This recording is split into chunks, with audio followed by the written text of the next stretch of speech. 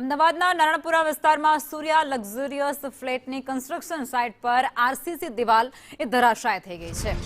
આ ગંભીર ઘટના સામે આવી છે અને ગંભીર બેદરકારીના કારણે એએમસી દ્વારા આસપાસના કુલ 48 મકાનો ખાલી કરાવી દેવાયા છે અને જેના કારણે સ્થાનિક પરિવારો છેલ્લા 2 દિવસથી ઘરની બહાર ખુલ્લામાં રહેવા મજબૂર છે।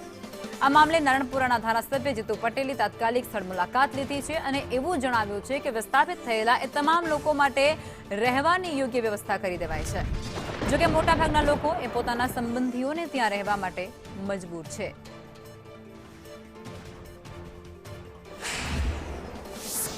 અમદાવાદમાં 2 દિવસમાં પડેલા ભારે વરસાદને કારણે કન્સ્ટ્રક્શન સાઇટોમાં જે કામ ચાલતું હતું એ ગુણવત્તા વિહીન કામગીરી હોવાના નમૂના સામે આવ્યા છે।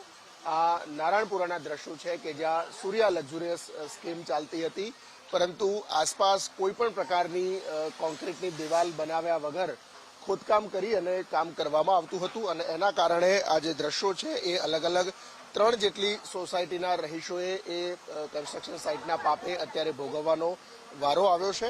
પાણી વધારે આવવાના કારણે આખી જમીન જે છે એ નીચે ધસી ગઈ હતી અને એના કારણે પારસનગર, લક્ષ્મી અને કર્ણાવતી 2 સોસાયટીના 48 જે મકાનો છે એ 48 મકાનો ખાલી કરવાની ફરજ પડી છે। કોર્પોરેશન તંત્રએ પણ આ સૂર્યા લક્ઝુરિયસની રજા ચિઠ્ઠી રદ કરી અને ત્યાં આ લોકોને અન્ય સ્થળે ખસેડવા માટેની પ્રક્રિયા પણ ગઈકાલથી શરૂ કરી છે।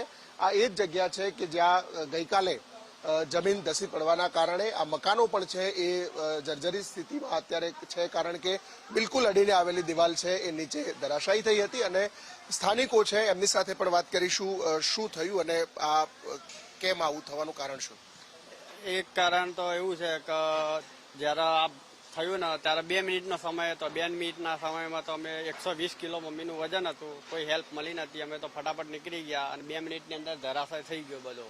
જાન બચાવીને બધા નીકળી ગયા, તાળું માર્યું ને બધું ખુલ્લું નીકળી ગયા બધા, કારણ કે બધા જાનનું જોખમ હતું આમાં। કેટલા મકાનો ખાલી કરાયા? 48 મકાનો ખાલી કરાયા આમાં। 48 મકાનનું જોખમ હતું। 48 મકાન કોઈ સહાય મળી નથી રહેવા ખાવા પીવાની। અત્યારે બધાના ભાડા ક્યાંથી લાવવાના, મકાન બદલવાનું કહે તો મકાનના ભાડા ડિપોઝિટ ને બધું આપવાનું। મકાનો ખાલી કરીને ક્યાં ગયા બધા? મકાનો ખાલી કરીને અત્યારે તો બધા મહેમાનોના ઘરે ગયા છે, આસપાસ રહેતા હોય ને બધા સગા સંબંધી એમના ઘરે ગયા છે। હવે આ કરવાનું શું આ લોકોનું? આપણો એક ખ્યાલ કઈ આવતો નહીં, આ લોકો શું કરશે? પેલા તો રોડ બનાવશે, શું કરશે કઈ ખ્યાલ આવતો નહીં। તો જેમ સાઇટના પાપે અત્યારે આ ગુજરાત હાઉસિંગની અલગ અલગ જે સોસાયટીઓ છે એના રહીશો અત્યારે ભોગવવાનો વારો આવ્યો છે। કોર્પોરેશને મકાનો તો ખાલી કરાવ્યા છે, પરંતુ સામે વૈકલ્પિક વ્યવસ્થા ન કરી હોવાનું પણ સ્થાનિકો કહી રહ્યા છે। કેમેરામેન ધર્મેન્દ્રસિંહ સાથે હિરેન રાવલ।